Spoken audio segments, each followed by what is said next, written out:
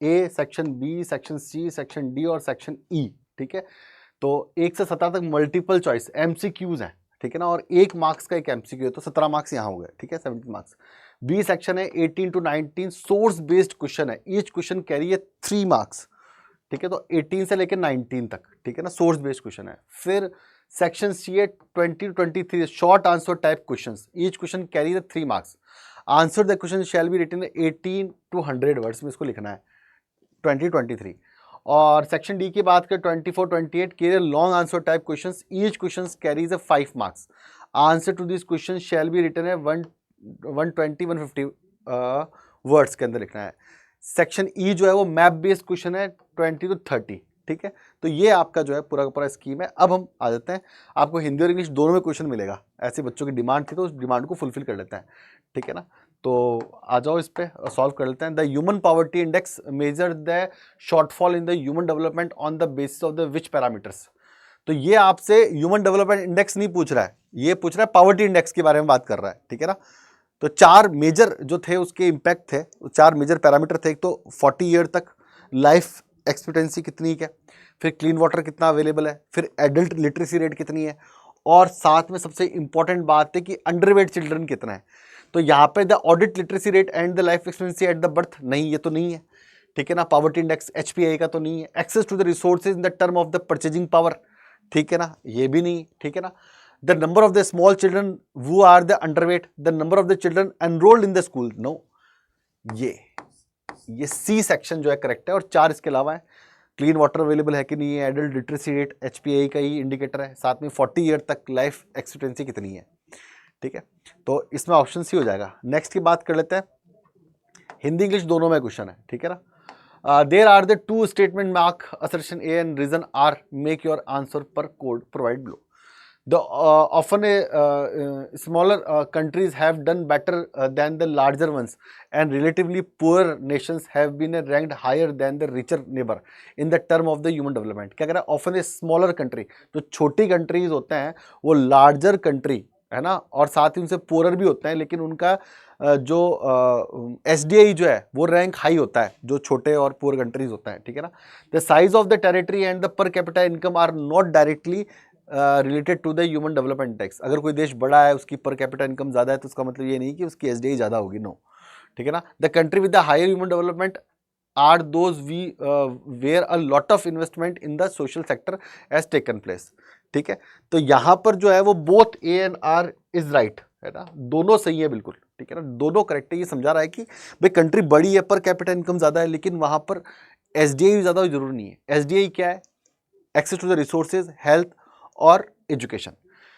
देश छोटा है, गरीब है, लेकिन अगर ये तीनों वहाँ के लोगों को मिल रहा है तो उसका SDI हमेशा हाई आएगा। उसका साइज क्या है फर्क नहीं पड़ता, वो बड़ा है छोटा है, उसके पर कैपिटा इनकम कितनी है, इससे फर्क नहीं पड़ता। तो दोनों ही रीजन जो है एक दूसरे को जस्टिफाई कर रहे हैं, करेक्ट है, ठीक है ना। तो 2 कथन है, अक्सर छोटे देशों ने बड़े देशों की तुलना में बेहतर प्रदर्शन किया है, और अपेक्षाकृत गरीब देशों को मानव विकास के मामले में अमीर पड़ोसी की तुलना में उच्च स्थान दिया गया है।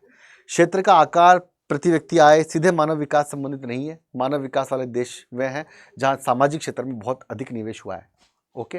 तो जहां पर एजुकेशन है, हेल्थ है, पॉलिटिकल स्टेबिलिटी, एम्पावरमेंट है, फ्रीडम है, ठीक है, एक्सेस टू द रिसोर्सेज है, वहां पर जो है वो SDI ज़्यादा होगी, चाहे वो देश छोटा हो, ठीक है ना, गरीबों कोई फर्क नहीं पड़ता उससे, ठीक है ना। लेकिन उन्होंने अपने सोशल सेक्टर में कितना इन्वेस्ट किया, इसकी इंपॉर्टेंस है। Which of the following statement are correct related to the rural marketing centers? Such the correct option. Rural marketing centers के बारे में बात कर रहे हैं। 2 तरह के मार्केटिंग सेंटर होते हैं, एक अर्बन मार्केटिंग सेंटर होता है, ठीक है ना, एक रूरल मार्केटिंग सेंटर RMC, और एक होता है urban marketing centre. Rural marketing centre जो होता है उसे हम लोग जो है मंडीज भी कहते हैं, और इन मंडीज को जो है क्वाजी अर्बन भी कहते हैं। क्या कहते हैं इसको, क्वाजी अर्बन सेंटर भी कहते हैं, क्योंकि ना तो ये शहरी होता है ना ये ग्रामीण होता है। ना तो शहर जैसी व्यवस्था होती है अच्छी, लेकिन छोटी मोटी व्यवस्था होती है। आपको RMC के अंदर डॉक्टर नहीं मिलेगा, लेकिन कंपाउंडर मिल जाएगा। आपको RMC के अंदर जो है रूरल मार्केटिंग सेंटर जो है, जो क्वाजी अर्बन होता है, वहां आपको BMW नहीं मिलेगी, लेकिन मोटरसाइकिल मिल जाएगी, ठीक है। तो और अर्बन मार्केटिंग सेंटर तो मैन्युफैक्चर्ड होते हैं, वहां तो सब कुछ सामान मिलता है, बड़े बड़े मॉल होते हैं, CBDs होते हैं, बड़े मार्केट्स होते हैं।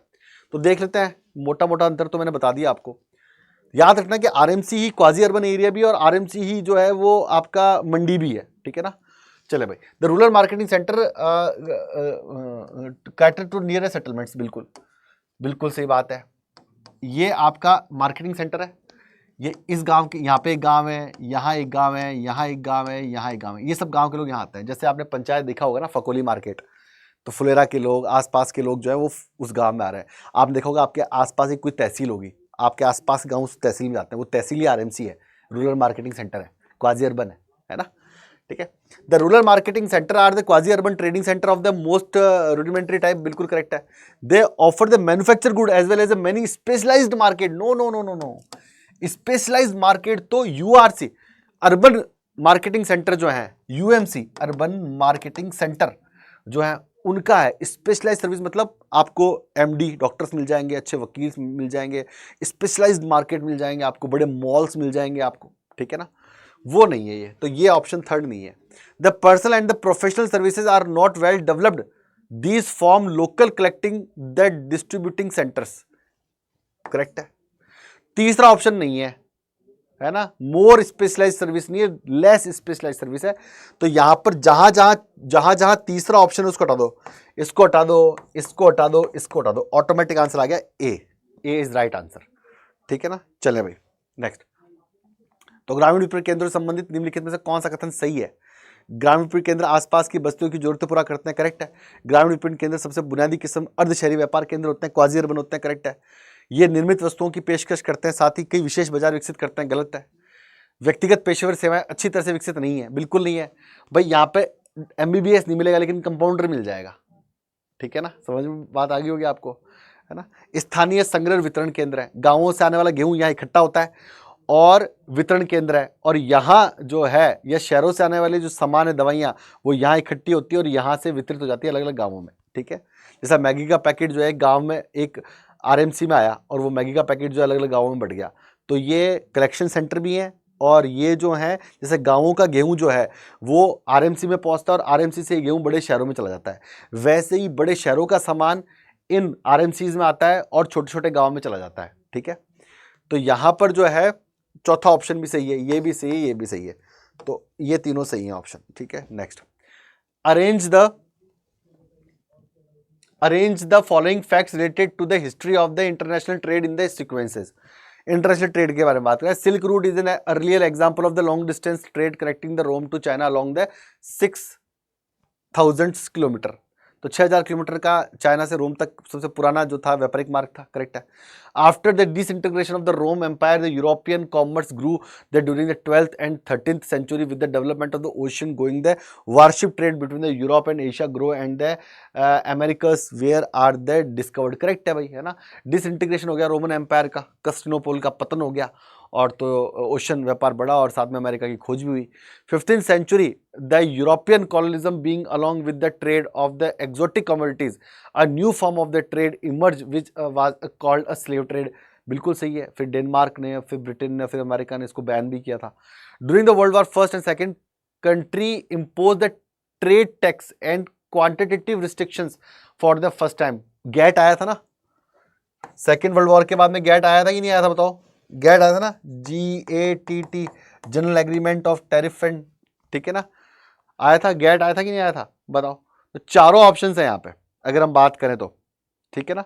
तो अगर हम बात करें तो चारों के चारों ऑप्शन सही है, करेक्ट है बिल्कुल, है ना, कति राइट है ना। रेशम मार्ग रोम और चीन को जोड़ने वाली लंबी दूरी का एक प्रारंभिक उदाहरण है। रोमन साम्राज्य के विघटन के बाद 12वीं और 13वीं शताब्दी के दौरान यूरोपीय और वाणिज्य वृद्धि हुई। समुद्री युद्धपोतों के विकास के साथ यूरोप और एशिया के बीच व्यापार बढ़ा और अमेरिका की खोज हुई, करेक्ट है बिल्कुल। 15वीं शताब्दी के बाद यूरोपीय उपनिवेशवाद शुरू हुआ और विदेशी वस्तुओं का व्यापार के साथ साथ नया रूप भी उभरा और दास व्यापार कहा गया, है ना। डेनमार्क ने और ब्रिटेन, दास व्यापार मतलब लोगों को खरीदना बेचना, खासकर निग्रो इंडियंस, इनको, ठीक है। बाद में इस पर बैन भी लग गया था, सबसे पहले डेनमार्क ने लगाया, ब्रिटेन, देन अमेरिका, ठीक है। प्रथम द्वितीय विश्व युद्ध के दौरान देशों ने पहली बार व्यापार का एक मात्रात्मक प्रतिबंध लगाया, एक्सपोर्ट इंपोर्ट पर, गैट आया, है ना, क्या आया, गैट आया, ओके। तो चारों ऑप्शन है correct. Next, the act of the opening of the economy for the trading by the bringing it down trade barriers like a tariff and allowing the goods and services from the everywhere to compete with the domestic product and service is called, बताया tariff जैसी व्यापारिक बाधाओं को कम करके हर जगह से वस्तुओं और सेवाओं को घरेलू उत्पादों और सेवाओं के साथ प्रतिस्पर्धा करने की अनुमति देकर अर्थव्यवस्था को व्यापार के लिए खोलने के कार्य को क्या कहा जाता है? Trade liberalisation. डंपिंग मत कर देना। डंपिंग तो ये होता है कि आपने किसी देश में अपने सामान को उनके सामान से भी सस्ता करके बेचना शुरू कर दिया, तो उसे डंपिंग कहता है। फ्री ट्रेड में होती है डंपिंग, है ना, ठीक है। बैलेंस ऑफ ट्रेड होता है, एक्सपोर्ट और इंपोर्ट का हिसाब किताब होता है, उसे बैलेंस ऑफ ट्रेड कहता है। अगर किसी कंट्री का एक्सपोर्ट ज्यादा है तो उसका बैलेंस ऑफ ट्रेड पॉजिटिव होगा, फेवरेबल होगा। अगर किसी कंट्री का इंपोर्ट ज्यादा है तो उसका बैलेंस ऑफ ट्रेड नेगेटिव होगा, ठीक है ना। क्या होगा? नेगेटिव होगा, अनफेवरेबल होगा। बायलैटरल ट्रेड क्या होता है? दो देशों के बीच में व्यापार को बायलैटरल ट्रेड कहता है, ठीक है ना। मल्टीलैटरल ट्रेड क्या होता है? जब कई सारे देशों के बीच से व्यापार होता है, जैसे भारत जो है वो यूरोप में व्यापार कर रहा है, अमेरिका में कर रहा है, तो भारत मल्टीलैटरल ट्रेड कर रहा है। बायलैटरल ट्रेड का मतलब क्या होता है कि दो देशों के बीच में केवल बिजनेस हो रहा है, जैसे भारत और रशिया के बीच में बिजनेस हो रहा है, is a bilateral business. Dumping क्या होता है? फ्री ट्रेड के अंदर एफटीए डाल करके चीजों को सस्ता, इतना सस्ता कर देना कि लोकल मार्केट है, मान लो कि चीन का सामान जो है वो बांग्लादेश में बिक रहा है और बांग्लादेश में भी कपड़े हैं और चीन के भी कपड़े, लेकिन चीन के कपड़े इतने सस्ते हो गए कि वो बांग्लादेशी कपड़ों से भी सस्ते हो गए, तो बांग्लादेश का जो मार्केट है वो खराब हो जाएगा और चीन का मार्केट वहां बन जाएगा। इसे डंपिंग कहते हैं कि अपने सामान को सस्ता करके बेचना किसी देश में, है ना, और इसे ट्रेड लिबरलाइजेशन कहते हैं, ठीक है। Next, arrange the following state, order the population from the highest to lowest. ये पॉपुलेशन पूछ रहा है, सिंपल है, तो 3, 2, 1, 4, ठीक है ना, करेक्ट है आंसर 3, 2, 1, 4, है ना। तो बिहार, महाराष्ट्र, उत्तर प्रदेश, देखो इसको, बिहार, महाराष्ट्र, उत्तर प्रदेश एंड वेस्ट बंगाल। ये लेसन बहुत इंपॉर्टेंट है बच्चों, ये मान के चलो कि क्वेश्चन यहां से पूछा तो जाना ही जाना है, ठीक है ना। क्वेश्चन यहां से पूछा तो जाना है। सबसे ज्यादा पॉपुलेशन जो है वो कहाँ की है? वो उत्तर प्रदेश की, उसके बाद महाराष्ट्र की, उसके बाद फिर बिहार की, उसके बाद फिर वेस्ट बंगाल की, ठीक है ना। ओके, हाई टू लोएस्ट पूछ रहा, तो high Uttar Pradesh, lowest according to option number 4 West Bengal, ठीक है। There are the 4 distinct phases of the population growth identified in the India over the last 1 century. Identify the phase from the given description. आपको phase पता करना है population growth का। 4 phase थे population growth के, आपको पता है कितने फेज थे इंडिया में? 4 फेज थे। कौन कौन से थे? सबसे पहले बात कर लें 21 तक, 21 से 51 तक, 51 से 81 तक और 1981 से प्रेजेंट। ये 4 फेजेस थे, मोटा मोटी 4 फेजेस थे। अब पढ़ लेते हैं डिस्क्रिप्शन क्या है। The period of the refer to the period of the population explosion in the India, ठीक है ना। ये जो पीरियड है ये एक्सप्लोजन है, मतलब बहुत जबरदस्त तरीके से पॉपुलेशन बढ़ी, which was caused by the rapid fall in the mortality rate. इस दौरान बहुत तेजी से पॉपुलेशन बढ़ी और उसका सबसे बड़ा कारण क्या था? मोर्टेलिटी रेट, यानी मृत्यु दर कम हो गई क्योंकि हेल्थ फैसिलिटीज बढ़ गई। But a higher fertility rate of the population in the country, mortality rate तो कम हुई लेकिन हाई फर्टिलिटी रेट बढ़ी रही। लोग बच्चे, मतलब डेथ रेट तो कम हुआ लेकिन बर्थ रेट बढ़ गया। बर्थ रेट क्यों बढ़ गया? क्योंकि इस समय ग्रीन रेवोल्यूशन हुआ, लोगों के पास खाने के लिए अनाज था, काम करने के लिए पैसा था, ट्रांसपोर्टेशन इंप्रूव हो रहा था, इसलिए फर्टिलिटी रेट जो है बढ़ती गई लेकिन मोर्टेलिटी रेट ओवरऑल कम हो गई। The average annual growth rate was the 2.2%. It is in the period that the development activities were introduced through the centralized planning process and economy started showing up, ensuring the improvement of the living conditions. People at large constantly they where the high natural increase the higher growth rate. ठीक है, तो क्या करोगे? Explosion, आपको केवल इस शब्द से पकड़ लेना चाहिए। तो एक्सप्लोजन कब हुआ था? 51 से 81 के बीच में, ठीक है ना। हेल्थ फैसिलिटीज बढ़ रही थी, मोर्टेलिटी रेट कम हो रही थी, ठीक है। तो ऑप्शन क्या हो जाएगा इसका? ऑप्शन जो है 1951 से 1981 तक, ऑप्शन सी, ठीक है ना। ये है बात, ठीक है ना।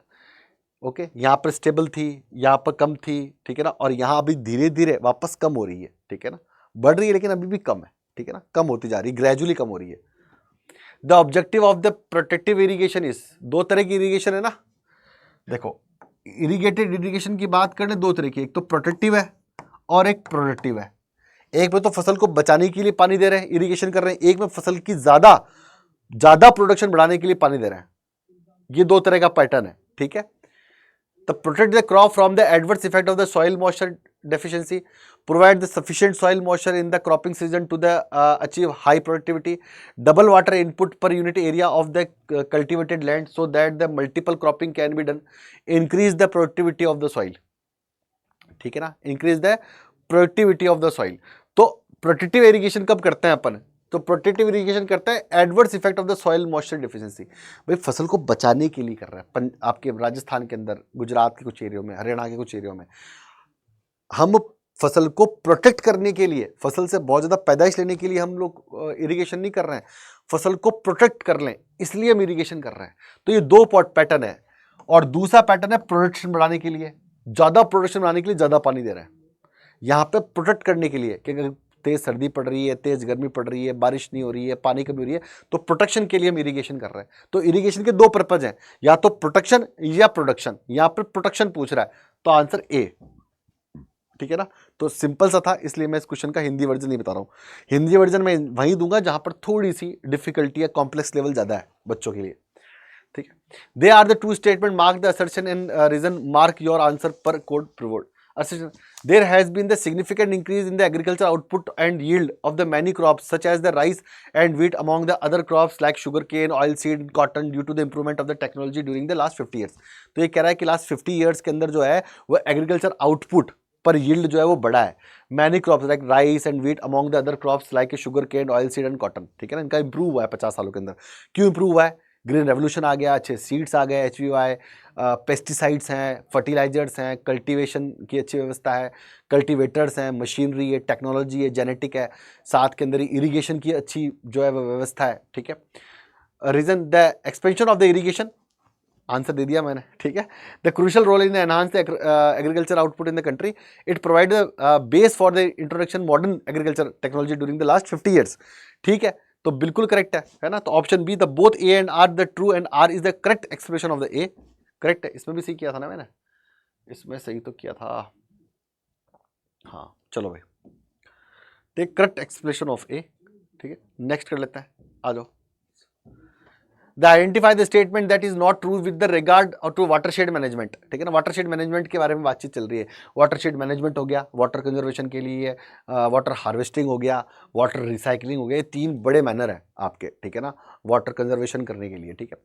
देखते हैं, it refer to the efficient management and conservation surface and the ground water resources, ठीक है। Watershed program, Neeru Meeru program की बात करते हैं, अरावरी की बात करते हैं, हरियाली प्रोग्राम की बात करते हैं, ठीक है ना। इसमें the watershed management includes the judicious use for all resources but the natural and human within the watershed, correct है। The watershed management aims to the bringing about the balance between the natural resources and the one hand the society and other hand, बहुत अच्छा। The success of the watershed development slowly depend upon the state government, बिल्कुल गलत है ना। Not true पूछ रहा है, तो नॉट ट्रू जो है स्टेटमेंट नंबर 4 नॉट ट्रू है। Depend upon the state government, बिल्कुल गलत है। Depend upon the government and social participation, लोग चाहिए वाटरशेड के लिए, ठीक है ना। वाटरशेड मैनेजमेंट जो है, प्रोक्लेशन टैंक बनाना है आपको, वाटर हार्वेस्टिंग करना है आपको, नदियों का पानी बचाना है आपको, ठीक है ना, ग्राउंड वाटर का लेवल इंक्रीज करना है आपको, ठीक है ना, पेड़ लगाना है आपको, ठीक है ना, सस्टेनेबल यूज ऑफ वाटर करना है आपको। तो इसके लिए आपको सोसाइटी का पार्टिसिपेशन बहुत जरूरी है, लोग पार्टिसिपेट करने चाहिए। ये केवल और केवल स्टेट यानी कि गवर्नमेंट का काम नहीं है। तो स्टेटमेंट 4 इज रॉन्ग, ठीक है ना। चले भाई, a group of the student were the conducting the research on the water pollution level in Delhi, where the organization will student need to visit, gather information on the water quality.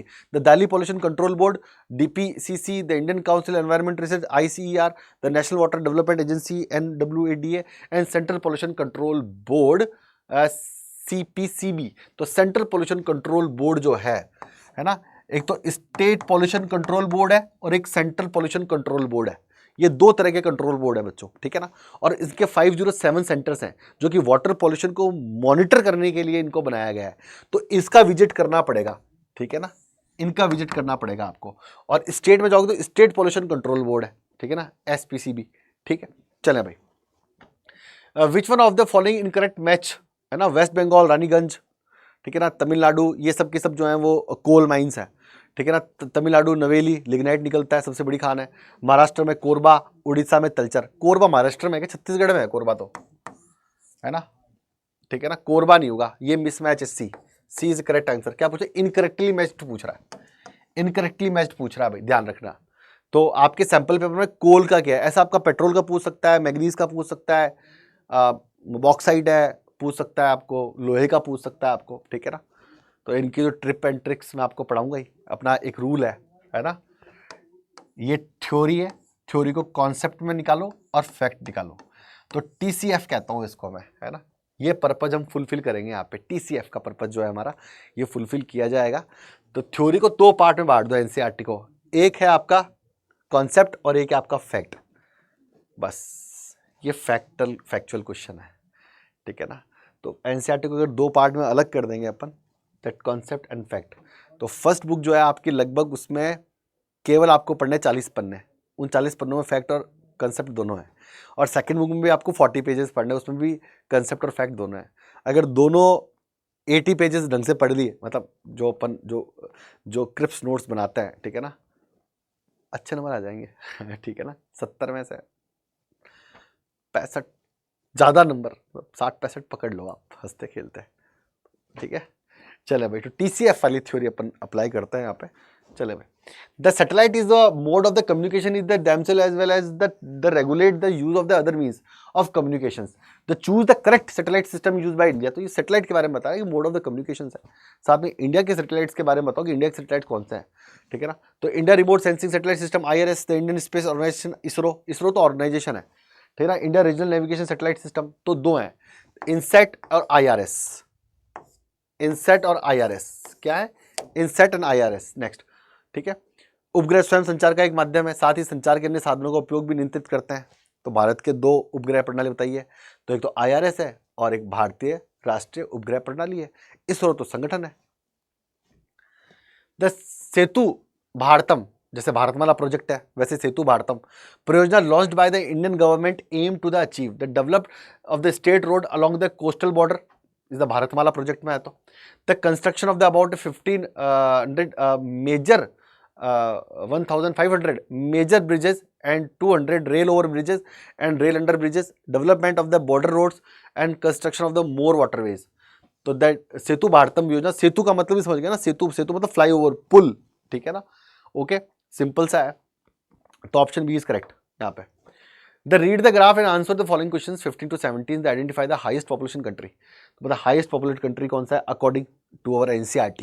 तो highest populated country है China, याद रखना। अभी जो नए world facts आए हैं वो आपके NCERT में शामिल नहीं है। तो अकॉर्डिंग टू NCERT चाइना है, लेकिन अगर हम न्यूज़पेपर पढ़ते हैं तो उसमें कहते हैं कि भारत पहले रैंक पर है और चाइना दूसरे पे, लेकिन अपने को तो NCERT के अकॉर्डिंग जाना है, तो चाइना है, ठीक है ना। चाइना, चाइना, फिर इंडिया, फिर USA, Indonesia, Brazil, Pakistan, Nigeria, Bangladesh, Russia, Mexico. Second, the following question is for the usually, अच्छा ये बच्चों के लिए, ठीक है ना, जो दृष्टि बाधित बच्चे हैं उनके लिए ये प्रश्न है, ठीक है, लेकिन सबको सॉल्व करना है, वो प्रैक्टिस का हिस्सा है, ठीक है।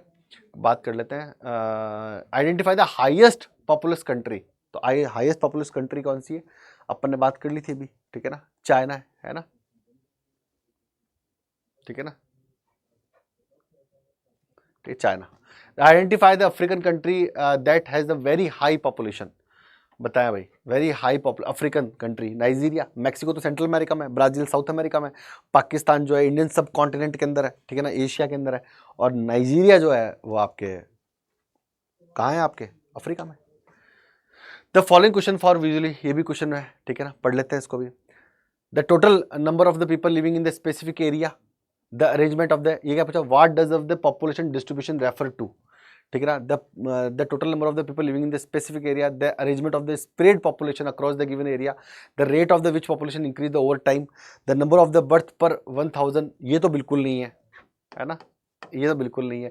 डिस्ट्रीब्यूशन पूछ रहा है ना, ठीक है ना। क्या पूछ रहा है आपसे, डिस्ट्रीब्यूशन पूछ रहा है, इस चीज को नोटिफाई किया जाए। क्या पूछ रहा है आपसे, डिस्ट्रीब्यूशन पूछ रहा है भाई, ठीक है ना, आपसे जो है वो डिस्ट्रीब्यूशन पूछा जा रहा है इसके अंदर, बताएं, ठीक है ना। तो arrangement across the given area, specific area नहीं, arrangement of the spread of the people across the given area, जितना भी एरिया दे रखा है उसमें, ठीक है। Next, which continent has the highest number of the world most populous country, simple है, एशिया। आउट ऑफ 10 अगर हम बात कर ले, 6 कंट्री जो है वो एशिया में, याद रखना 6 कंट्री जो है वो एशिया के अंदर है, ठीक है ना। भाई आपको पता होगा ना कि 90%, ये तो आपको पता होगी फैक्ट शीट, तो आपको 90% वर्ल्ड पॉपुलेशन जो है वो कितने एरिया में रहती है, 10% एरिया में रहती है, 10% एरिया में रहती है। और ये 10% एरिया जो है आपका, इसमें से भी जो 10 कंट्रीज हैं आपकी, वो 6 कंट्रीज जो हैं वो 60 जो है प्रतिशत जनसंख्या वो यहाँ है, ठीक है ना, 6 कंट्रीज के अंदर अगर हम बात कर लें, ठीक है ना। चले भाई, तो एशिया में द फॉलोइंग क्वेश्चंस है ना, the which continent has the highest number of the world most populous country, बताएं भाई, which continent has the highest number of the world most populous country, तो एशिया, सिंपल। अब read the passage carefully and answer the question that follows. The tourism has become the world single largest tertiary activity as total registered jobs 250 million and total revenue 40% of the total GDP. तो कह रहा है भाई world जो है सबसे बड़ी जो है वो ट्रेजरी एक्टिविटी है आपके टूरिज्म, और 250 मिलियन जो है इसमें जॉब रजिस्टर्ड है, और पूरी दुनिया की जो जीडीपी है उसका 40% यही है। Beside the many local persons and employed provide the services like accommodation, घर दे रहे हैं, होटल्स वगैरह होती है आपकी, आपके पेइंग गेस्ट वगैरह होते हैं, मील्स है, ट्रांसपोर्ट है, एंटरटेनमेंट है, स्पेशल शॉप सर्विंग है, टूरिस्ट है। Tourism foster and growth the infrastructure industry, retail trading and the craft industry. वह टूरिज्म जो है वो इंफ्रास्ट्रक्चर को बढ़ावा दे रहा है, रिटेल ट्रेडिंग दुकानदारी भी बढ़ती है उससे, क्राफ्ट इंडस्ट्री बढ़ती है, हैंडीक्राफ्ट सुवीनियर्स वगैरह होते हैं ना। राजस्थान में कोई आता है तो आदमी राजस्थान का बंदेज खरीदता है, कोई कश्मीर जाता है तो कश्मीर का कोई सामान खरीदता है, उन क्राफ्ट्स की बात कर रहा है। In the some reason the tourism is a seasonal because the vacation period और is depend on the favourable weather.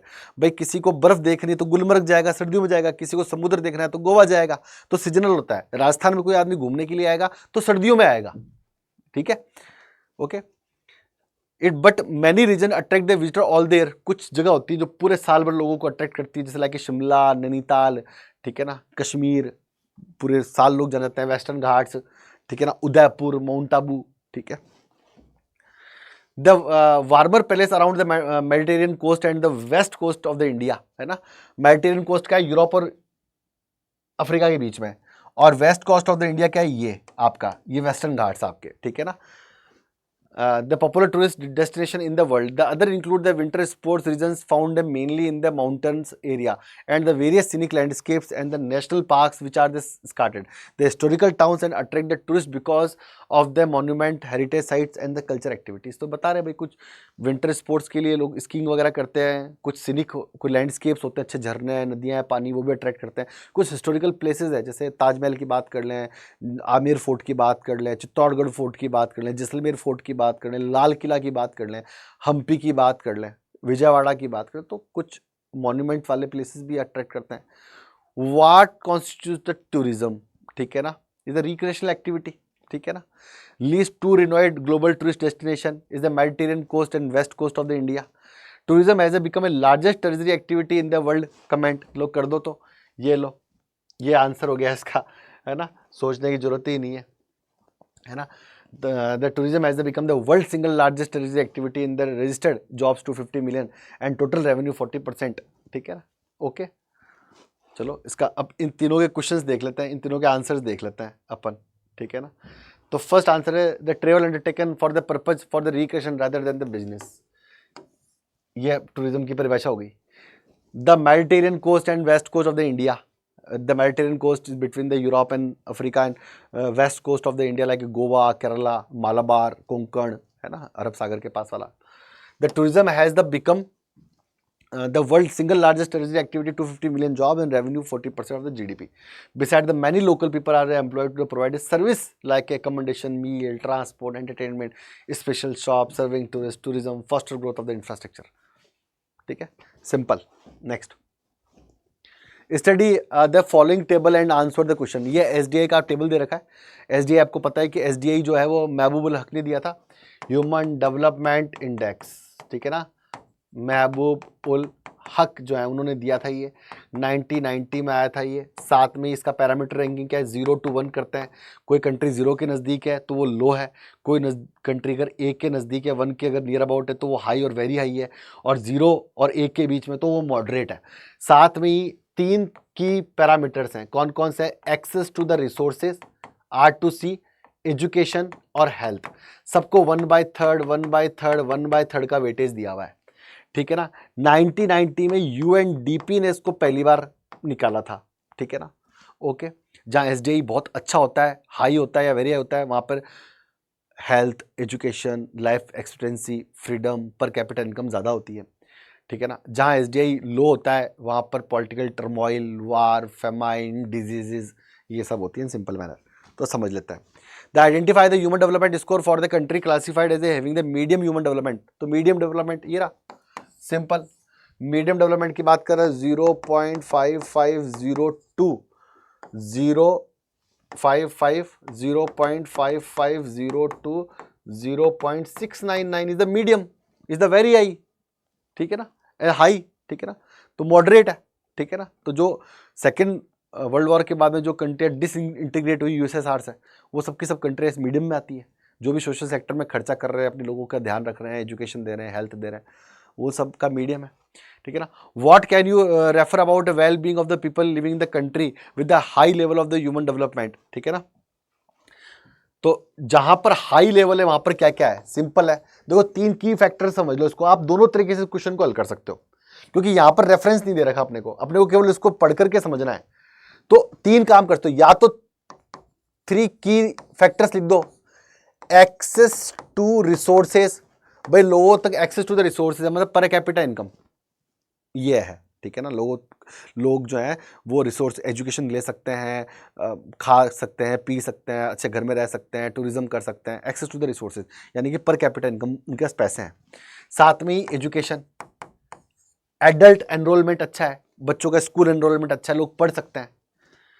फिर साथ के अंदर ही हेल्थ, लाइफ एक्सपेक्टेंसी जो है वो ज़्यादा है, लोग ज़्यादा उम्र तक जीते हैं। भाई किस उम्र में लोग ज़्यादा उम्र तक जिएंगे, कहाँ जिएंगे, जहाँ हेल्थ फैसिलिटीज अच्छी है। एक तो ये पैटर्न है।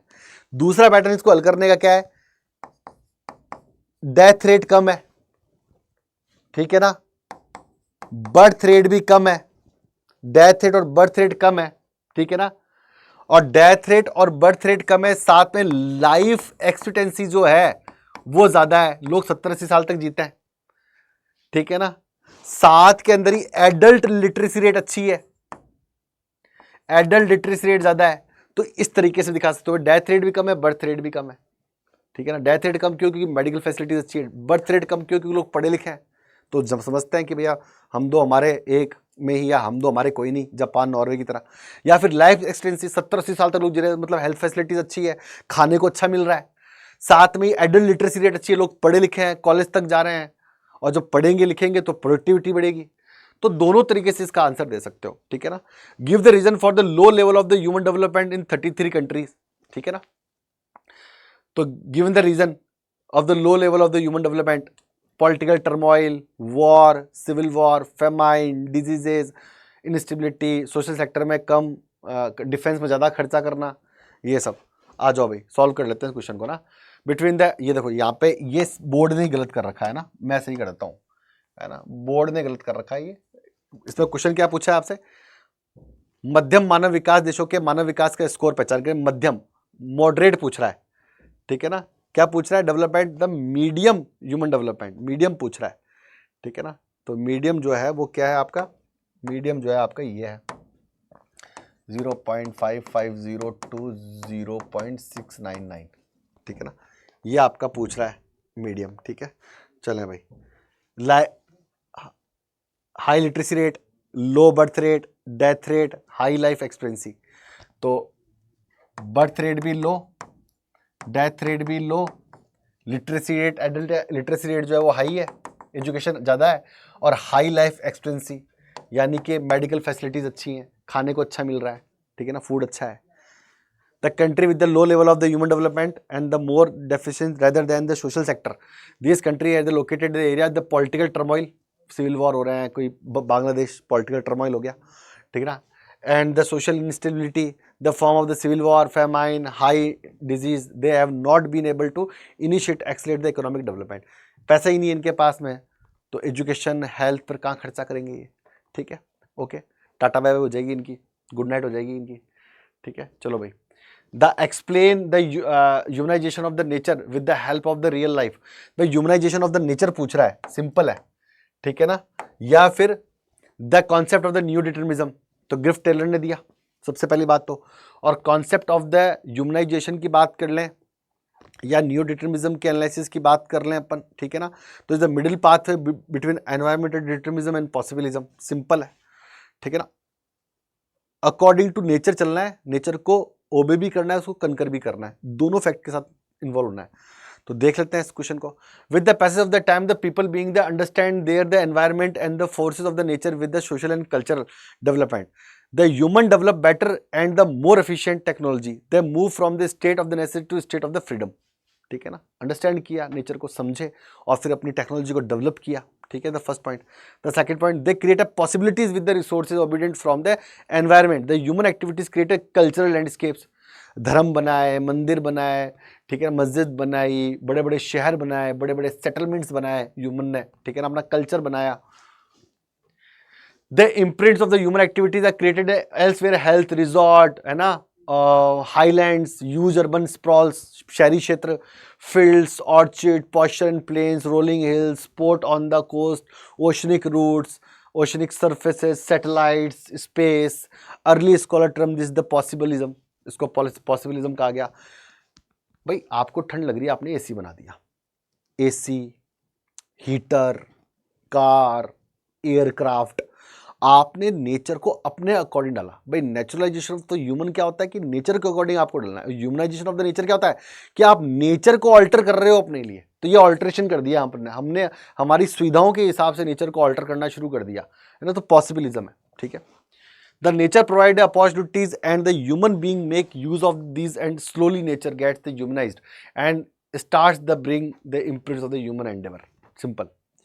अब न्यू डिटर्मिनिज्म की बात कर लेते हैं। ठीक है ना, the traffic is regulated by the lights on the crossroads, भाई स्टॉप एंड गो ग्रिफ्ट टेलर ने दिया था। इसका मतलब ये था कि हमें नेचर को ओबे भी करना है और नेचर को कनकर भी करना है ना, लेकिन नेचर के अकॉर्डिंग करना है, नेचर के चाहने पर उसको जीतना है। ठीक है ना, जैसे सबसे अच्छा एग्जांपल है सोलर एनर्जी। एनर्जी भी मिल रही है लेकिन सोलर से मिल रही है, तो हमको जो है वो फ्यूल जलाना नहीं पड़ रहा, पेट्रोल और कोयला जलाना नहीं पड़ रहा। तो पेट्रोल और कोयला जलाने से न्यू डिटर्मिनिज्म जो है वो फेल हो जाता है क्योंकि उससे नेचर को नुकसान पहुंचा है। लेकिन सोलर एनर्जी से हमारा जो पर्पज है वो भी फुलफिल हो रहा है, साथ में नेचर भी बच रही है। तो solar energy is the good example for new determinism. ठीक है, और इसे स्टॉप एंड गो भी कहते हैं। The traffic is regulated by the lights, the cross roads, the red lights means the stop and amber light provide a gap between the red and green lights to get set and green light means go, है ना। भाई होता है ना, चौराहे के ऊपर बत्ती लगी होती है, यहाँ पर बत्तियाँ लगी हुई हैं, लाल बत्ती तो रुक जाओगे, अंबर होते ही वेट करोगे और ग्रीन होते निकल जाओगे। ठीक है ना, इससे एक्सीडेंट रुकने की गारंटी तो नहीं है, लेकिन इससे एक्सीडेंट रुकता है। वैसे ही अगर नेचर हमें स्टॉप होने के लिए कह रही है, जैसे ग्लोबल वार्मिंग अभी चारों तरफ फैल रही है, नेचर हमें बार बार समझा रही है कि रुक जाओ, लेकिन हम रुक नहीं रहे। तो जैसा नेचर हमसे करवाना चाहती है उसके अकॉर्डिंग हम चलें और साथ में अपना डेवलपमेंट भी करें। तो स्टॉप एंड गो थ्योरी। ठीक है, the concept show that the rather there the situation is the absolute necessity environmental determinism nor is there the condition absolute freedom possibilism। तो अगर हम अकॉर्डिंग टू सिचुएशन चल रहे हैं नेचर के according, तो एनवायरमेंटल डिटर्मिनिज्म है रेड जेल का, और अगर हम पॉसिबिलिज्म की तरफ जा रहे हैं, हम फ्रीडम है बिल्कुल, है ना, तो हम पॉसिबिलिज्म कर रहे हैं, हम अकॉर्डिंग नेचर को अपने अकॉर्डिंग ढाल रहे हैं। It the mean of the human beings can conquer nature by the obeying it, है ना, बस ये करना है आपको, कनकर करना है, जीतना है, लेकिन उसको मानते हुए जीतना है। एनर्जी में कोयले की जलाने के बजाय आपको सोलर एनर्जी का यूज़ करना है। ठीक है ना, पर्पज फुलफिल हो जाए और नेचर भी ओबे हो जाए और नेचर को जीत भी लें आप। ठीक है ना, ठीक है ना। They have the respond to the red signal and can be proceed in their pursuit of the development when the nature permits the modification, है ना। तो जब वो आपको ग्रीन लाइट दे, इसका मतलब नेचर आपको मॉडिफिकेशन, और मॉडिफिकेशन आपको विद इन द लिमिट्स करना है कि जिससे नेचर सेफ रहे आपकी, है ना।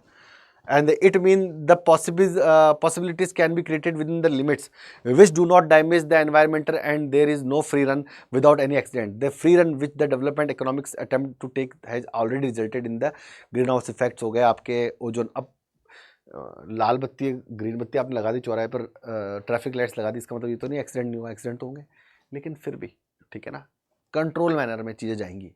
ग्लोबल वार्मिंग हो ही रही है, ग्लेशियर्स पिघल ही रहे हैं, लैंड्स भी खराब हो ही रही है।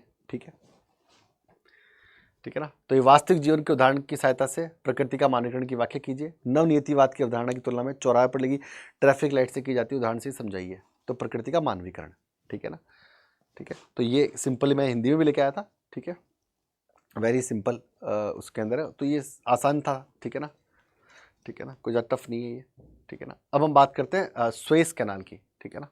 सुएज कैनाल के क्वेश्चंस के बारे में आप आंसर दें उससे पहले बताता हूँ कि सुएज कैनाल जो है मेडिटेरियन सी को रेड सी से जोड़ती है, फर्स्ट पॉइंट, ठीक है ना। यहाँ पर पोर्ट सैयद है, यहाँ पोर्ट सुएज है। 160 किलोमीटर ये लंबी है, 1869 में ये बनी थी। कैप ऑफ गुड होप वाला जो रास्ता है, ठीक है ना, उसको इसने छोटा कर दिया, ठीक है ना, उसको इसने क्या कर दिया, बिल्कुल छोटा कर दिया भाई, ठीक है।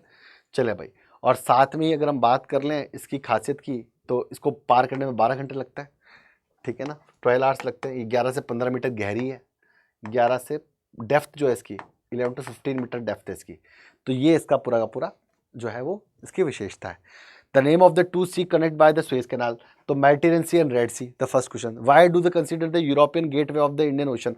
बिल्कुल करेक्ट है, because the geographical location, because the importance of the international trade, because this route connected important business routes, इस वजह से इसको gateway of the Indian Ocean कहा जाता है, ठीक है। सिंपल, तीनों के आंसर देख लेते हैं, ठीक है। The Mediterranean sea to red sea, simple है। The this sea route reduce the direct destination between the river pool and the Colombo compared to the Cape of the Good Hope, geographical reason। भाई पहले हमें ये Europe है आपका, और ये है आपका, ये है आपका, और ये है आपका सुएज कैनाल, ये है मेडिटेरियन सी, ये है रेड सी। पहले जहाँ से घूम के आते थे कैप ऑफ गुड होप जो कि साउथ अफ्रीका में, और फिर जाते थे। अब सीधे ही रास्ता रिड्यूस हो गया और डायरेक्ट आ जाते हैं। तो जोग्राफिकल लोकेशन, साथ में ही अगर आपसे मान लो कि क्वेश्चन इंडिपेंडेंटली पूछ ले, मान लो कि अगर ऐसा पूछ ले क्वेश्चन, ये जो क्वेश्चन है आपका, है ना, the European gateway of the Indian ocean, ठीक है ना, आपसे सीधा ये पूछ ले, तो क्या करोगे इसमें? Geographical importance, global sea route importance, साथ के अंदर ही connect to important global routes, है ना। इन तीनों की वजह से इसको gateway of the Indian Ocean कहते हैं, ठीक है, ओके। और फिर अब है इसकी विशेषता, सुएज कैनाल की इंपॉर्टेंस, है ना। इट इज इसके स्पेशल कैरेक्टरिस्टिक्स के बारे में बात करते हैं। तो 160 किलोमीटर जो है लंबी है, 11 से 15 मीटर गहरी है। 100 शिप जो है डेली निकलते हैं, 10 से 12 घंटे इसको क्रॉस करने लगते हैं। The railway follow the canal to Suez, Ismailia there the branch of the Cairo, ये जो मिस्र का ट्रेन है ये भी इसके साथ चलता है। The navigable fresh water canal from the Nile also join the Suez canal Ismailia supply the fresh water port Suez and port Suez. बता दिया, पोर्ट सुएज जो है वो मेडिटेरियन सी की तरफ है, पोर्ट सुएज जो है वो रेड सी की तरफ है, ठीक है ना। एंड वन एनी पॉइंट, तो 1869 में इसको तैयार हो गई थी ये, ठीक है ना। फ्रेंच इंजीनियर थे, ठीक है ना, उन्होंने तैयार किया था। तो 1869 एक पॉइंट ये भी हो सकता है इसके अंदर in simple manner. Next, the following questions are the visually students, है ना। तो name of the connected by the Panama canal, ठीक है ना। तो पनामा कैनाल जो है, अगर अपन पनामा कैनाल के बारे में बात करते हैं, सिंपल कर लेते हैं। पनामा कैनाल जो है वो आपके जो है वो अटलांटिक ओशन और साथ के अंदर ही अटलांटिक ओशन से पैसिफिक ओशन को जोड़ती है। सेंट्रल अमेरिका से निकल रही है, ठीक है ना, पनामा से। इसके नॉर्थ के अंदर पोर्ट कोलन है और साउथ यानी कि पैसिफिक ओशन की तरफ पोर्ट पनामा है। इसमें 6 लॉक सिस्टम्स हैं। कितने लॉक सिस्टम है इसमें? 6 लॉक इसके अंदर जो है वो सिस्टम जो है वो लगे हुए हैं, ठीक है ना। तो देख लेते हैं। The name of the 2 ocean connected by the Panama canals, तो Atlantic Ocean and Pacific Ocean. The one unique feature of the Panama canal lock system, 6 lock system है इसके अंदर, ठीक है, okay, different of the 6 lock system, okay. और तीसरा question जो है वो क्या है? Why is the canal vital for the economic Latin America? बहुत इंपॉर्टेंट है। आप ये देखो, ये आप ऐसा मान लो कि इन सिंपल मैं आपको अगर समझाऊं, यहां पर समझाता हूं, ध्यान देना मेरी बात पर। ये है आपका न्यूयॉर्क और ये आपका सैन फ्रांसिस्को, ठीक है ना। पहले न्यूयॉर्क और फिर ये है आपका सेंट्रल अमेरिका और फिर ये है आपका साउथ अमेरिका। पहले जहाजों का से घूम के जाना पड़ता, 13,000 किलोमीटर का डिस्टेंस जो था वो इसने कम कर दिया। अब जहाज सीधे यहां से निकल जाते हैं। ये पनामा कैनाल है यहां पर। तो इकोनॉमिकली बड़ी वायलेबल है, ग्लोबल ट्रेड के लिए बड़ी वायलेबल है, ठीक है ना। जहाज घूम के जाते हैं सीधे यहां से जाते हैं, ठीक है। ये इंपॉर्टेंस है पनामा कैनाल की, आई थिंक अंडरस्टैंड करेंगे। The shortest distance between the New York and the San Francisco 1300 kilometre ना, ठीक है ना, 13,000 kilometers by the sea. The distance between the Western Europe and the west coast of the USA and the northeastern or central USA and the east and south east Asia is shorted. कैसे हो गया देख लो। मैं यहाँ पे बना देता हूँ आपका ये नॉर्थ अमेरिका, ये सेंट्रल, और ये आपके जो है ये लैटिन अमेरिका, ये न्यूयॉर्क, ये सैन फ्रांसिस्को, साथ में ये एशिया वाला पार्ट, साथ में ये यूरोप वाला पार्ट, और ये अफ्रीका, ये अफ्रीका, ठीक है ना। तो ये यहाँ पर बन गया आपका पैनामा कैनाल, समझ लो इस बात को। यहाँ जहाज पहले से घूम के आते थे इसके नीचे से होकर के, लेकिन जब ये रूट बन गया तो जहाज अब सीधे जाने लगे। साथ में इस रूट ने पूरे जापान से कनेक्ट कर दिया, चाइना से कनेक्ट कर दिया, फिलीपींस से कनेक्ट कर दिया, ऑस्ट्रेलिया से कनेक्ट कर दिया इसी रूट ने। साथ ही अगर हम बात कर ले यहाँ से कोई जहाज जा रहे हैं तो सीधा इस रूट ने यहाँ से भी कनेक्ट कर दिया इसको, ठीक है ना। ये जहाज सीधे यहाँ से सीधे यहाँ चले जाते हैं, इनको भी घूम के जाना नहीं पड़ता, ठीक है ना। तो ये भी जो यूरोप वाला पार्ट है इन्होंने इसको भी कनेक्ट कर दिया, ठीक है। चलें भाई, सिंपल, ठीक है। चले, the prepare the proposal for the smart city that the integrated advancement technology to the enhance the urban living while the prioritize the sustainable cleanness and the affordability. क्या बात है, व्हाट ए क्वेश्चन, ठीक है ना। क्या जबरदस्त जो है ये आपका क्वेश्चन जो है वो बना हुआ है। इसका जो है वो आप जो है वो बेहतरीन तरीके से जो है वो आंसर करें इसका, कि स्मार्ट सिटी जो है उसको आप किस तरीके से देखते हैं, ठीक है ना। स्मार्ट सिटी जो है उसको आप किस तरीके से देखेंगे, बताएं भाई। जितने मैं आपके लिए कुछ कंटेंट जो है उसको और ज़्यादा निकाल लेता हूँ, ठीक है। हाँ भाई, बताएं स्मार्ट सिटी को किस तरीके से करेंगे आप, बताएं भाई। इसका देखें और कुछ सोचें इसके बारे में कि स्मार्ट सिटी जो है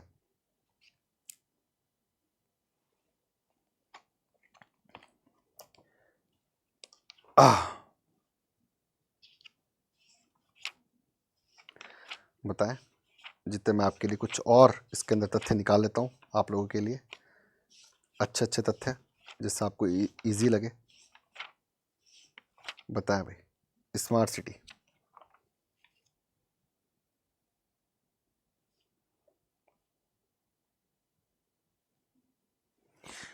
चलो भाई, तो one of the resources smart city is the apply the smart solution and infrastructure and services, ठीक है। Making the city less vulnerable to disaster, अच्छे सीवरेज सिस्टम्स वगैरह हो। The focus is one sustainable and inclusive development. और क्या हो सकता है इसके अलावा, मेकिंग पॉइंट, ठीक है ना, ठीक है ना।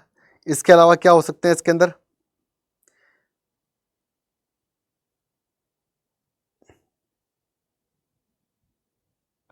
ठीक है ना। साथ में एक अफोर्डेबल सर्विसेज हो सकती है, यहाँ पे जितनी भी सर्विसेज मिल रही है वो अफोर्डेबल हो, लोगों की जेब में आए, ठीक है ना। क्लीननेस हो, ये 2 पॉइंट और आप ऐड कर सकते हो इसके अंदर, ठीक है, सिंपल। चलें भाई, in view the challenge of the fronting of society regarding the adolescent population and list a few major overcome this problem, ठीक है ना भाई। अगर हम बात कर लें यहाँ पर, ठीक है ना, हिंदी वालों को थोड़ा समझ नहीं आएगा। किशोर जनसंख्या के संबंध में समाज के सामने आने वाली चुनौतियों का वर्णन करें, इन समस्याओं को दूर करने के लिए कुछ उपाय सुझाएं, है ना। तो किशोर जीवन के सामने क्या है, एडल्ट पॉपुलेशन जो एक बहुत बड़ी बात है भाई। एडल्ट पॉपुलेशन जहाँ एक पॉजिटिव इम्पैक्ट है वहाँ एक नेगेटिव इम्पैक्ट भी है। अगर एडल्ट पॉपुलेशन की एनर्जी को एक सही चैनल में नहीं डाला जाएगा तो वो नशे की लत में पड़ जाएंगे, क्राइम करेंगे, ठीक है ना, एड्स जैसी बीमारियाँ भी हो जाएंगी। लेकिन अगर हम उसको चैनलाइज कर दें, ठीक है ना, नेशनल यूथ पॉलिसी में तो चैनलाइज कर देंगे तो फिर क्या होगा, वो पूरी पूरी पॉपुलेशन जो है वो आपके लिए प्रोडक्टिव पॉपुलेशन बन जाएगी। The share of the adult population 10 to 90, याद रखना है ना, 10 से 19 वर्ष की। About it 20.9% of the population, the adult population through the regarded as the youthful population having the high potential is quite vulnerable if not guided properly. बहुत खतरनाक है, अगर आपने इसको प्रॉपरली गाइड नहीं किया तो ये क्या है, यही एडल्ट पॉपुलेशन जो आपकी सबसे बड़ी ताकत थी वही आपका सबसे बड़ा जो है वो क्या बन जाएगी, आपके लिए सबसे बड़ा जो है वो नुकसान बन जाएगी, ठीक है। तो यहाँ पर जो है इस पॉपुलेशन को गाइड करना बहुत ज़रूरी है, ठीक है। They are the many challenges for the society for the adolescent consent such is the marriage at young age. काम जल्दी शादी कर दोगे, अगर भाई पढ़ेंगे लिखेंगे नहीं तो क्या होगी, शादी हो जाएगी। लिटरेसी है ना फॉर फीमेल्स कम होगी, स्कूल ड्रॉप आउट ज़्यादा होंगे, लो इनटेक ऑफ द न्यूट्रिशन, खाने के लिए अगर बहुत ज़्यादा आपकी यंग पॉपुलेशन है तो खाने के लिए भी वाजिब सामान नहीं होगा अगर कमाएंगे नहीं, पढ़ेंगे नहीं। The high rate of the mortality of adolescent mothers, है ना, डेथ हो जाएगी कम उम्र में माँ बनेंगी तो। High rate of the HIV infections होगा, फिजिकल और मेंटल जो है रिटायर्डनेस, ठीक है ना, and drug abuse, alcoholism, juvenile, अभी अपराध बहुत बढ़ रहे हैं जुवेनाइल, ठीक है ना, कमिटिंग क्राइम्स होंगे, ठीक है। The government of the India is undertaking the certain policies to impart of the proper education adolescent so their talents are the better channelized and the properly utilized. अगर हम उनको अच्छे से पढ़ाएं लिखाएं और उनकी ताकत को प्रॉपरली चैनलाइज करें, ठीक है ना, उनको यूटिलाइज करें, तो वो हमारे लिए ताकत ही बन सकते हैं। नेशनल यूथ पॉलिसी की यहाँ बातचीत चलती है, क्या क्या चलती है, नेशनल यूथ पॉलिसी 2014 में आई थी, ठीक है ना, 2014 में आई है ना। तो इसने जो है इस तरह का इम्पैक्ट दिया कि किस तरह से जो है यूथ को जो है वो चैनलाइज किया जाए। The development of the large youth and stress in all over round improvement of the youth and the adolescent enabling them the shoulder responsibility toward the constructive development of the country. तो अगर उनको तैयार करें, पढ़ाएं लिखाएं, उनको एक दिशा दें, ठीक है ना, कि वो नशे में ना जाएं, ठीक है ना, वो परेशान ना हो, उनको करियर दें, तो ऑटोमेटिक आगे बढ़ेंगे और देश भी आगे बढ़ेगा फिर, सिंपल, ठीक है। How does the food gathering as in the economic activities differ between the primitive and the modern societies, and why is it unlikely to the significance influence the global economic today? बताया भाई, ठीक है ना। चलो प्रश्न पढ़ लोगे तो आपको समझ आएगा। आदिम और आधुनिक समाजों के बीच आर्थिक गतिविधियों के रूप में खाद्य संग्रहण कैसे भिन्न है और आज वैश्विक अर्थव्यवस्था पर इसका महत्वपूर्ण प्रभाव पड़ने की संभावना क्यों नहीं है, बताओ भाई। सबसे इंपॉर्टेंट बात है कि आज ग्लोबल मार्केट में इसका फर्क क्यों नहीं पड़ेगा, क्योंकि सिंथेटिक सामान आ गया। याद है आपको, गैदरिंग अभी भी होती है, ठीक है ना। ट्राइबल लोग जो है कुछ जंगलों से सामान ला करके रोड पे बेचते हैं, सड़क पे आकर के, ठीक है। लेकिन अब अवेलेबल क्यों नहीं, क्योंकि अब सिंथेटिक सामान बहुत आ रहा है और सिंथेटिक सामान इससे अच्छी क्वालिटी का और सस्ता भी है, ठीक है ना। तो इसलिए अब जो है वो, और साथ के अंदर जो गैदरिंग जो है, अगर हम बातचीत करें, देखते हैं क्वेश्चन में क्या है। The food gathering is the economic activity, ठीक है। The gathering is practice the region with the harsh climatic condition, चाहे पेस्टोरिज्म हो, चाहे गैदरिंग हो, चाहे नोमैडिक हार्डिंग हो, चाहे ट्रांसह्यूमंस हो, सबके सब हार्ड क्लाइमेटिक कंडीशंस में ही होता है। The gathering is practice the region with the harsh climatic condition like Siberia, Amazon, ठीक है ना, साउथ ईस्ट एशिया, ठीक है ना, ये सब एरिया जो हार्श क्लाइमेटिक कंडीशन है, ठीक है, उनमें often influence the primitive society who extend the both plants and the animal safety their need to for food, shelter and clothing, ठीक है ना। वो जो है गैदरिंग करते हैं जो, और वो उनकी नीड जो है वो फूड, शेल्टर और क्लोथिंग, अपने खाने के लिए, अपने रहने के लिए, अपने कपड़ों के लिए, इस पर डिपेंड करता है। This type of the activity requires a small amount of the capital investment and operate the very low level of technology. बहुत छोटा अमाउंट इन्वेस्टमेंट ना बराबर मैं कहूँगा, ठीक है ना, ठीक है। और कोई टेक्नोलॉजी, इतनी बड़ी टेक्नोलॉजी नहीं होती इनके पास में, ठीक है ना। The yield per person is very low and little or no surplus is production. Yield per person is very low का मतलब है कि जो सामान लेके आ रहे हैं वो ऐसा नहीं कि हजारों टन में है, थाउजेंड ऑफ टन्स में, वो कई किलोग्राम के अंदर होता है बस, ठीक है ना। And then modern times some gathering is market oriented and has become a commercial. कुछ गैदरिंग मार्केट, जैसे शहद है, मार्केट ओरिएंटेड है, महुआ है, मार्केट ओरिएंटेड है, कुछ औषधियाँ हैं, अश्वगंधा वगैरह, ठीक है ना, वो जंगलों से इकट्ठी की जाती है, मार्केट ओरिएंटेड है, ठीक है। The gatherers collected valuable plants such as leaves, bark of the tree and the medicinal plant and after simple processing sell the product in the market. आजकल आता है ना वो आता है ना जंगली तेल आता है ना बाल बढ़ाने के लिए, वो भी गैदरिंग का ही पार्ट है। They use the various part of the plant, for the example the bark is use for the quinine का यूज करते हैं, tannin extract the cork in leaves, supply the material for the beverage, है ना, cork लगता है ना आगे बोतल के ऊपर ढक्कन, वो कॉस्मेटिक, ड्रग्स, फाइबर्स, ठीक है ना, the nuts for food and oils, tree Trunks yield rubber, gums and resin. आपका जो जैप्टो का ट्री होता है उससे जो रेजिन निकलता है, आपके जो एक च्युइंगम बनती है उससे, है ना। तो ये पॉइंट्स हैं, और भी बहुत सारे पॉइंट्स हो सकते हैं इसके अंदर, ठीक है ना, कि सिंथेटिक जो है वो उसका मार्केट ज़्यादा अच्छा है, ठीक है ना, और ये इतना इकोनॉमिकल वायलेबल नहीं है, साथ में इन पर ट्रांसपोर्टेशन नहीं है, इन पर टेक्नोलॉजी नहीं है, और जो लेटेस्ट वर्ल्ड है उस पर टेक्नोलॉजी है। तो ऐसे करके 3 रीज़न हम और दे सकते हैं, ठीक है। चलें भाई,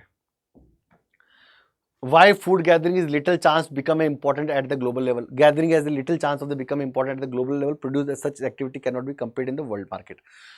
Moreover, the synthetic product आ गया आपके सामने, the better quality and the low price have they replaced many items supplied by the gather to tropical forest. Simple, ठीक है। The assess the factor of the contribute to development of the large scale industrial all over the world.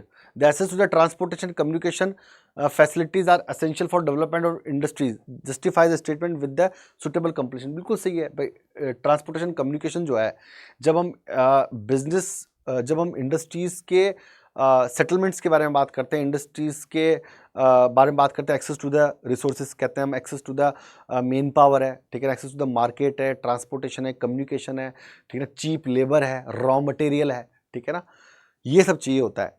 तो transport और communication जो है, कच्चा माल कैसे आएगा, transportation जाएगा, और जो माल तैयार है, फाइनल गुड तैयार है, उसको बेचने के लिए भी आपको ट्रांसपोर्टेशन चाहिए। तो ट्रांसपोर्टेशन इज इंपॉर्टेंट थिंग, है ना। The factor contribute the decline the traditional large scale industries, the technology advancement, the automation has improved and efficiency have the transformed the industrial landscape making a manual labour less necessary. This has the particular impact labor intensive sector like a textile where automation has replaced many traditional roles। ठीक है, okay. The first, the globalisation ने निकाल दिया market से, the opinion of the market and increase the competitive from the foreign companies, often the lower production cost have the pose significant challenge to domestic industries. ठीक है, the steel industry struggle against the cheaper imports is then the prominent example of the phenomena. ठीक है ना, challenging the consumers preference, the consumer demand for the more innovative and readily available products। ठीक है ना, तो question का मतलब समझे इस बात को, क्या कह रहा है ये, दुनिया भर में बड़े पैमाने के उद्योग विकास में योगदान देने वाले कारकों का आकलन करें, उद्योग विकास के लिए परिवहन संचार सुविधा तक पहुंच आवश्यक है। उपयुक्त उदाहरणों के साथ पुष्टि कर दें इसकी ना। ठीक है ना, इस क्वेश्चन को एक बार मैं देख लेता हूं। ठीक है ना, ये क्वेश्चन जो है 25 नंबर क्वेश्चन को एक बार मैं पढ़ लेता हूँ, है ना, मिसमैच तो नहीं हो गया कहीं।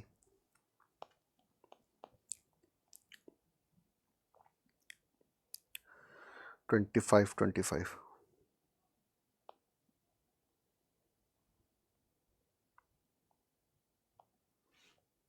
फाइव है ना क्वेश्चन।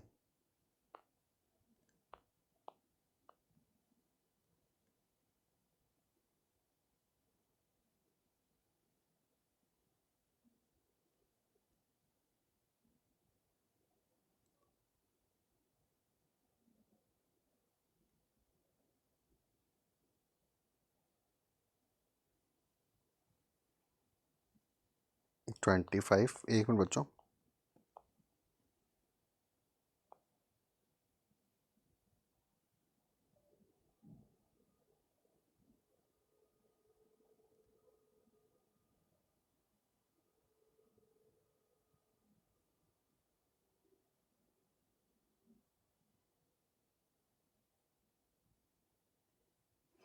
अच्छा, ये है तो इसका जो क्वेश्चन है, ठीक है ना, हाँ,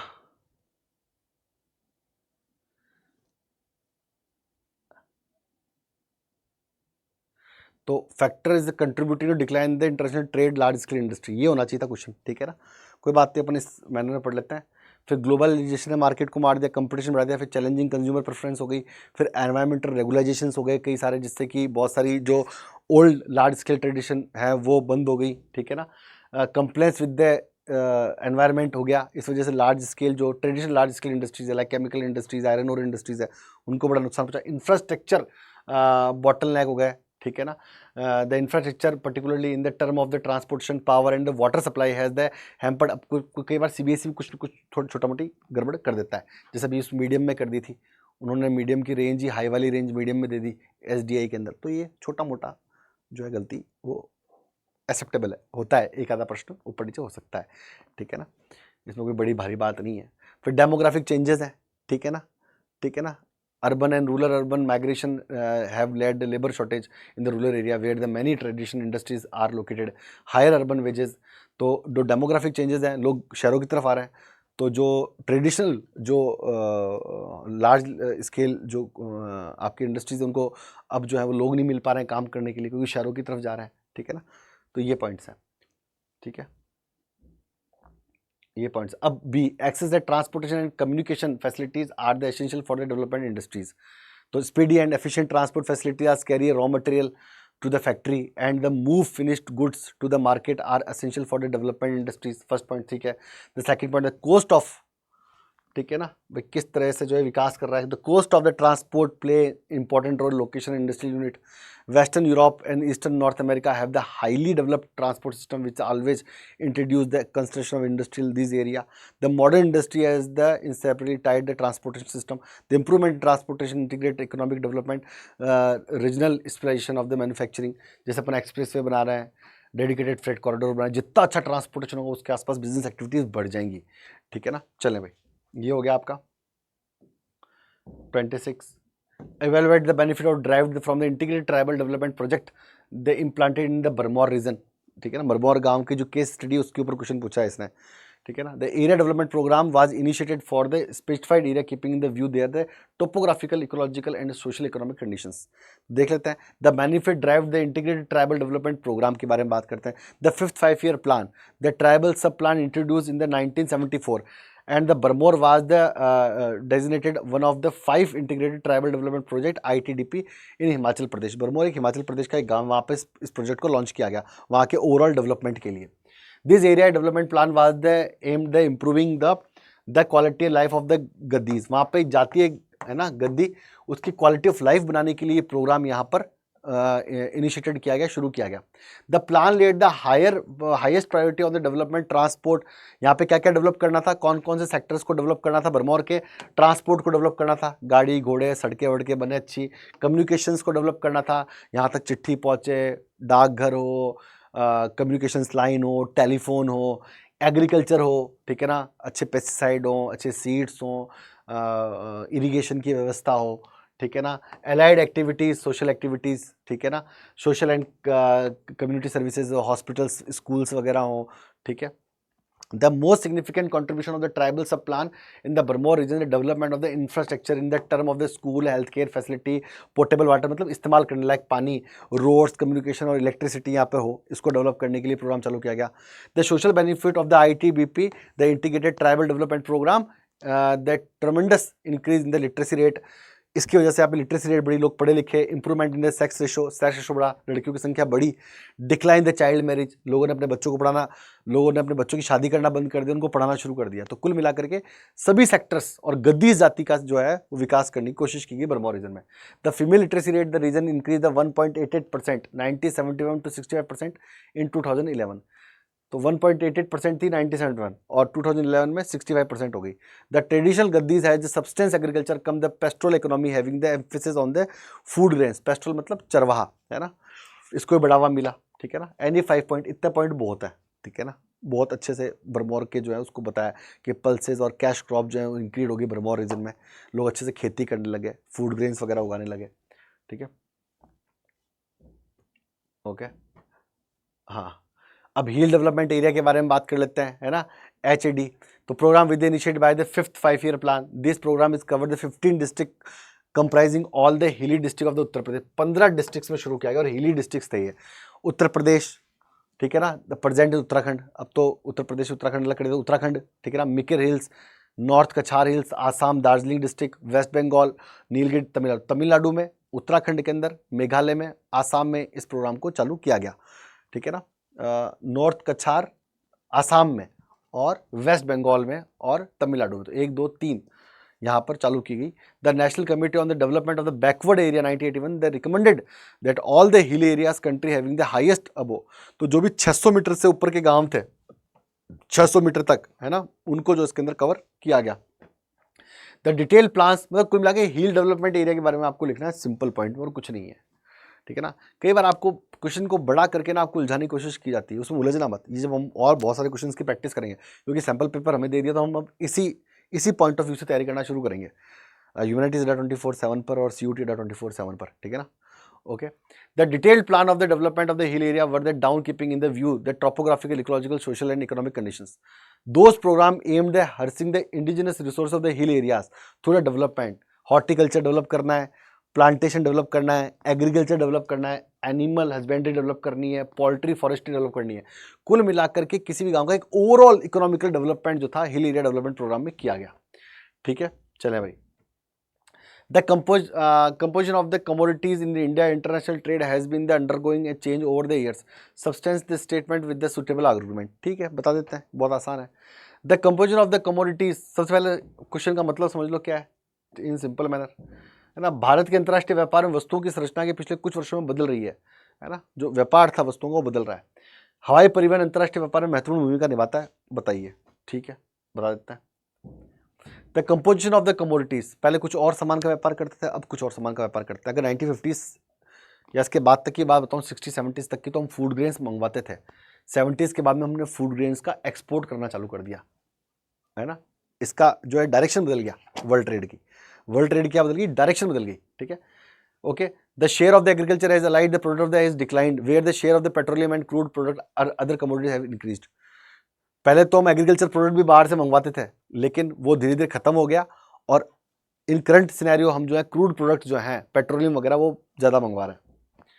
the share of the ore minerals and manufactured goods have the largely remained constant over the years. ठीक है, the decline in the traditional items largely due to the tough international competition, है ना। ठीक है, the international competition. The among the agriculture products, this decline in the export for the traditional items such as the coffee, cashew, through the increase that has been the register of floriculture product, fresh fruits, marine products and sugar.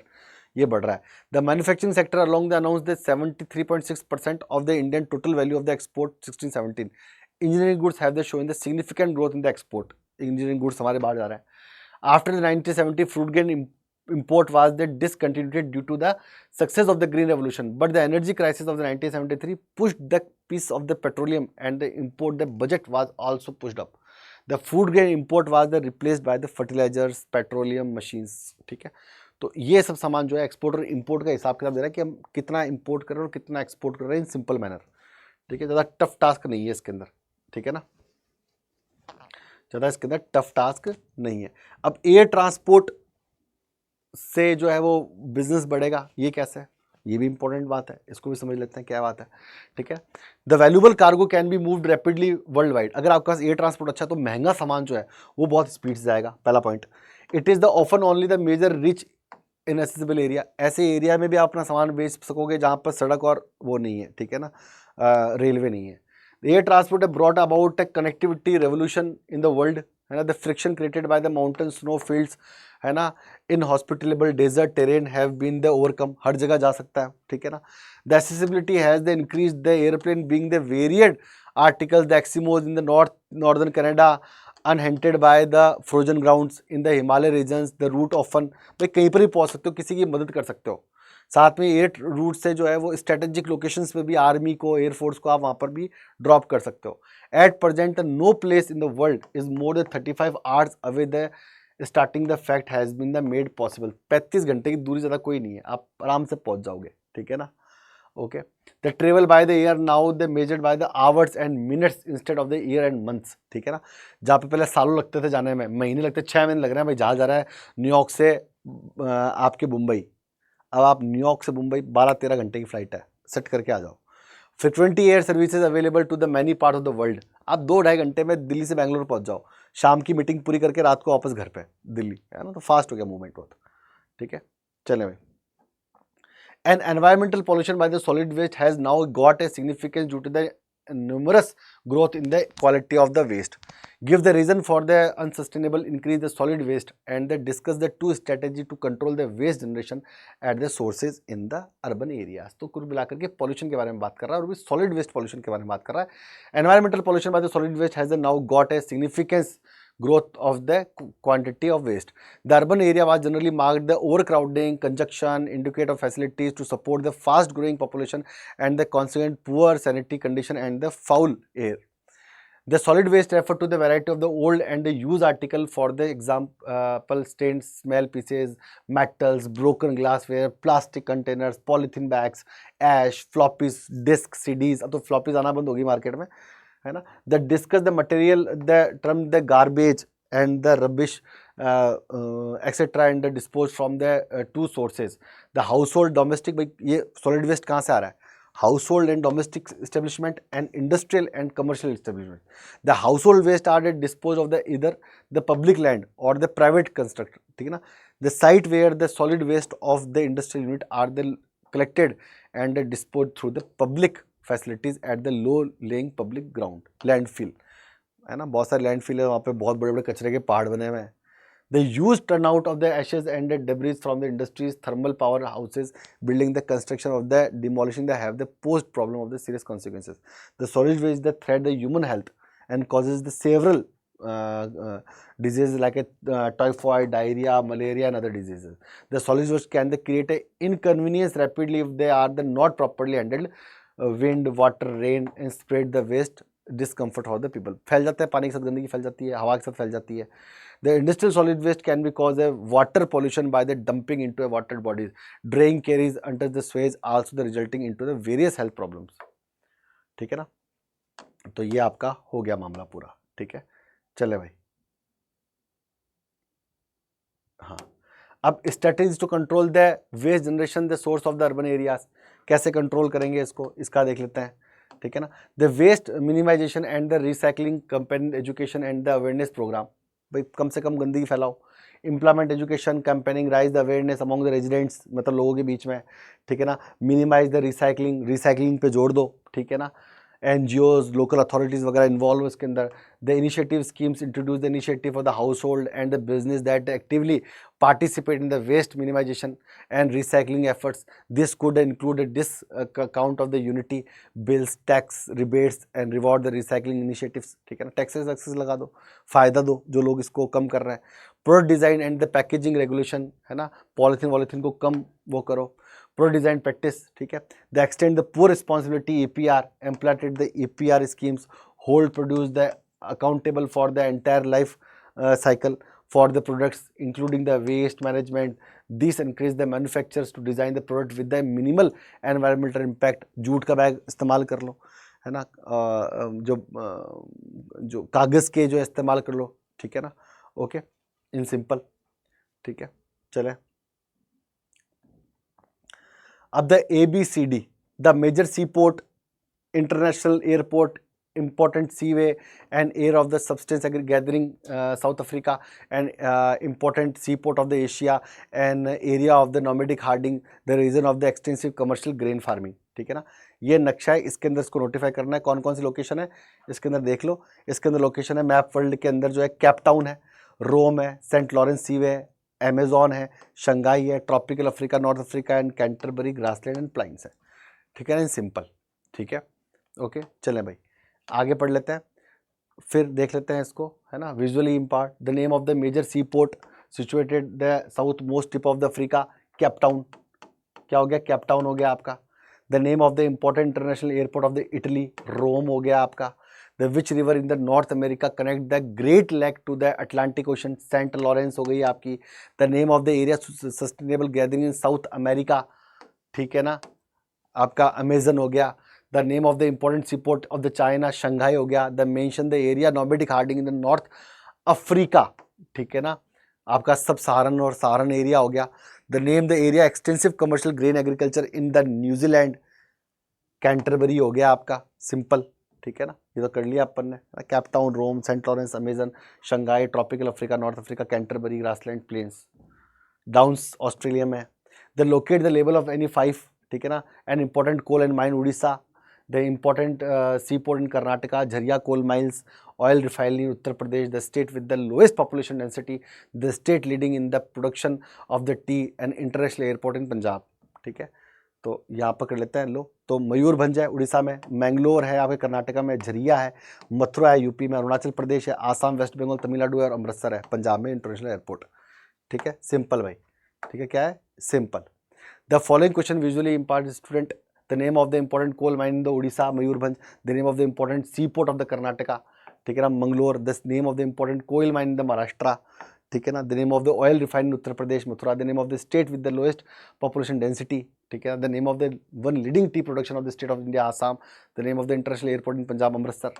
लो, कर लेते हैं. मयूरभंज, मैंगलोर, रत्नागिरी में कोयला निकलता है, मथुरा, अरुणाचल प्रदेश, असम, अमृतसर. ठीक है ना, ये लो, ये मैपिंग हो गया आपके. ठीक है ना, ये पूरा का पूरा क्या हो गया आपका, मैपिंग का हो गया क्वेश्चन. ठीक है, तो ये आपका कंप्लीट हो गया. तो खुश रहें, आबाद रहें, जिंदाबाद रहें, हंसते खेलते गाते रहें और जुड़े रहें हमारे साथ. तो यूनाइटेड 24 को लाइक करें, शेयर करें, सब्सक्राइब करें, ऐप को जरूर डाउनलोड करें.